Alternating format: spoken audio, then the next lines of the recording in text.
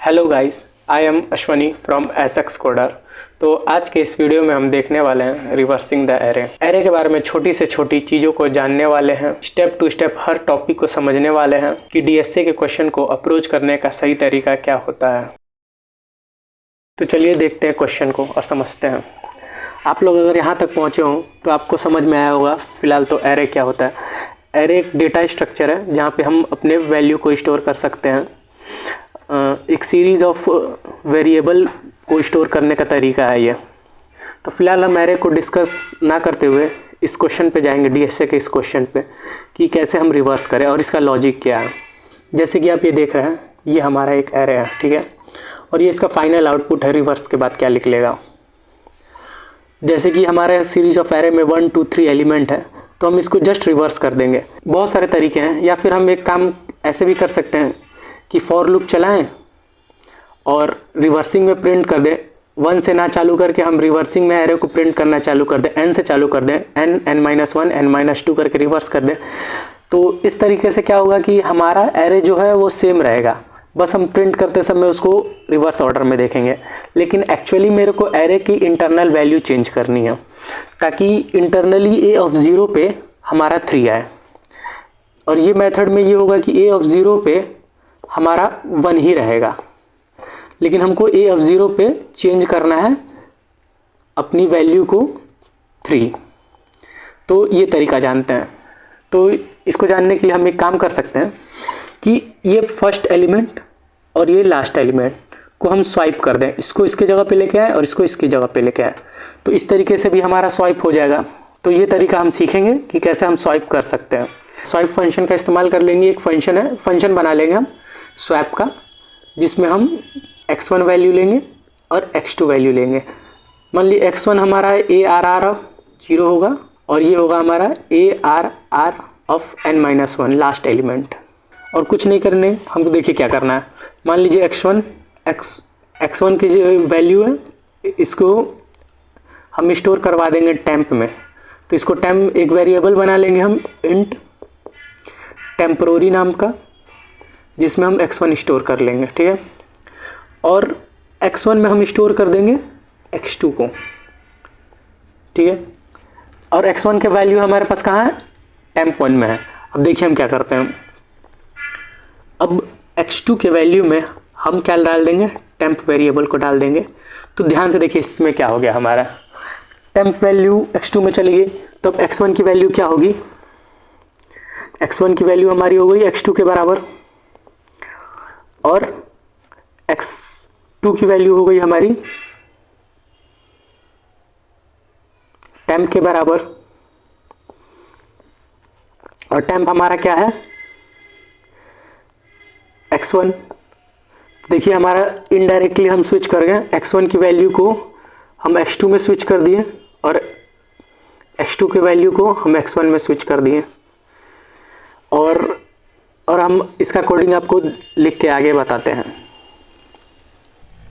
चलिए हम देखते हैं कि जो हमने एक्सप्लेन किया था उसका कोडिंग कैसे करेंगे। तो चालू करते हैं। फ़िलहाल हम बेसिक कुछ कोड देख लेते हैं, जो प्रीवर लिख लेते हैं। यहाँ पे हम एक ग्लोबल एरे बना लेते हैं और बेसिक C++ के टैग्स ऐड कर लेते हैं। चलिए और इसको सेव कर लेते हैं। सेव करते हैं,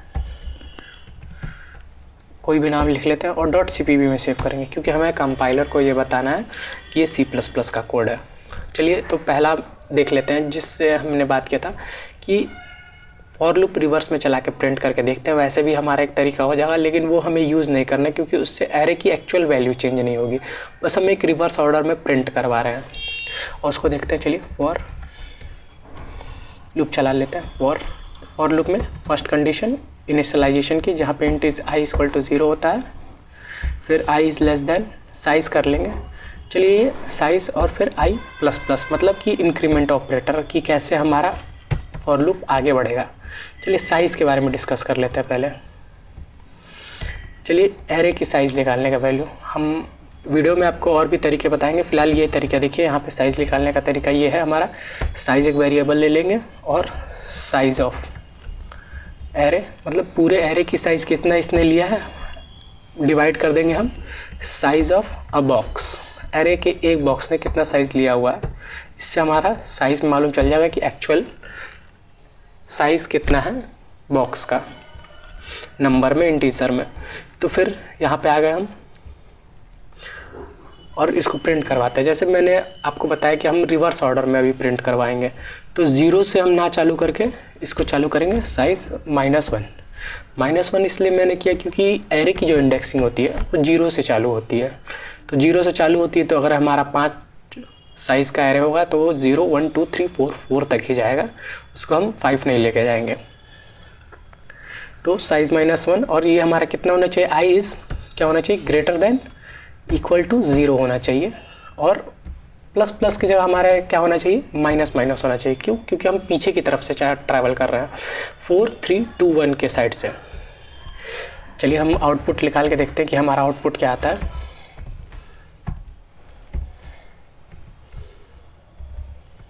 एक स्पेस ले लेते हैं ताकि देखने में अच्छा लगे आप लोग को।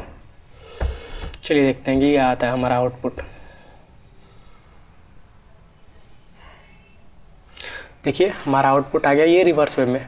और अब हम एक्चुअल वे में देखते हैं कि एक्चुअल वे में कैसे होंगे ये वैल्यू, काम कैसे करेंगे। तो फिलहाल इसके लिए हम इसको हटा देते हैं और स्वाइप का फंक्शन एक बना लेते हैं। स्वाइप डिक्लेयर करते हैं वॉइड का, जहाँ पे 2 वेरिएबल लेते हैं, इंट x1 इंट x2। और हमें अब एरे की वैल्यू को चेंज करना है, तो उसको चेंज करते हैं। जैसे मैंने बताया था आपको कि एक टेम्प वेरिएबल ले लेंगे जहाँ पे मैं वैल्यू स्टोर करूँगा,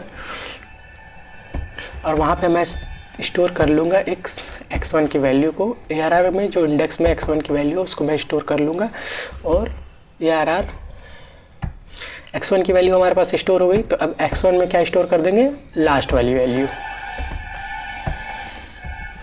लास्ट वैल्यू हमारे 1 में स्टोर हो गई, तो लास्ट में क्या कर लेंगे, पहले वाली की वैल्यू, क्योंकि पहले वाली की वैल्यू जो स्टोर है हमारी टेम्प में। ठीक है, तो यहाँ पे हमारा ये बन गया कि कैसे हम इधर से उधर वैल्यू को रखेंगे। पहले वैल्यू दूसरे वाले मेथड में हमने स्वाइप बना लिया। अब यहाँ से चालू करते हैं, डायरेक्ट हम फॉर लूप यूज़ कर लेंगे और स्वाइप का फंक्शन यूज़ कर लेंगे। जैसे फॉर लूप में इनिशियलाइजेशन आपको मालूम है,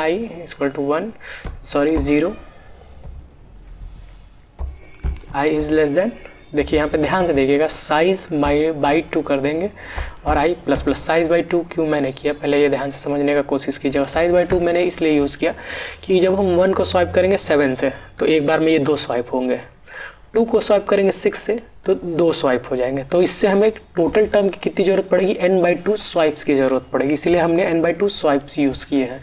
और ध्यान से यूज़ कर लेंगे यहाँ पे। चलिए स्वाइप्स को यूज़ कर ले। स्वाइप हम किसको कर रहे हैं, पहले वाले इंडेक्स को कर रहे हैं और लास्ट वाले इंडेक्स को। और लास्ट वाला इंडेक्स क्या है हमारा, -1 तो साइज़ है ही, और उसको वेरिएबल में करेंगे -i लगा देंगे, क्योंकि n-1 हमेशा होता रहे। आई की वैल्यू जैसे जैसे बढ़े वो अंदर की तरफ इंडेक्स पॉइंटर बढ़ते रहे, पहले 7 से 6, 6 से 5, आई की वैल्यू जैसे जैसे बढ़ते रहे। तो ये हमने यूज़ कर लिया। अब देखते हैं हमारा आउटपुट क्या आता है कि एक्चुअली में हमारा एरे हुआ कि नहीं। तो इसके करने के लिए ज़्यादा कुछ नहीं, फॉर लूप यूज़ कर लेंगे। फॉर इंट i = 0, इस बार पूरा लूप चलाएंगे क्योंकि हमें पूरा एरे चेक करना ना। i is less than n, i plus plus. चलिए सी आउट यहाँ से उठा लेते हैं और प्रिंट करके देखते हैं। सी आउट ARR ऑफ i की क्या वैल्यू है। चलिए देखते हैं यहाँ पे हमारा क्या हो रहा है। और हमारा ये आउटपुट कुछ गड़बड़ दिखा रहा है, हम देख लेते हैं क्या गड़बड़ है। अच्छा, कोई ऑपरेटर की गलती दिखा रही है यहाँ पे। अच्छा, हमने यहाँ पे ये छोड़ दिया है सेमीकोलन। चलिए अब चालू करते हैं और देखते हैं कि क्या हो रहा है। अच्छा, यहाँ पे भी हमने कुछ छोड़ा है। क्या छोड़ा है दिख रहा है आपको, नीचे से देख लेंगे। n की वैल्यू नहीं डिफाइंड है, ये कंपाइलर भी हमारा काफ़ी मदद कर देता है।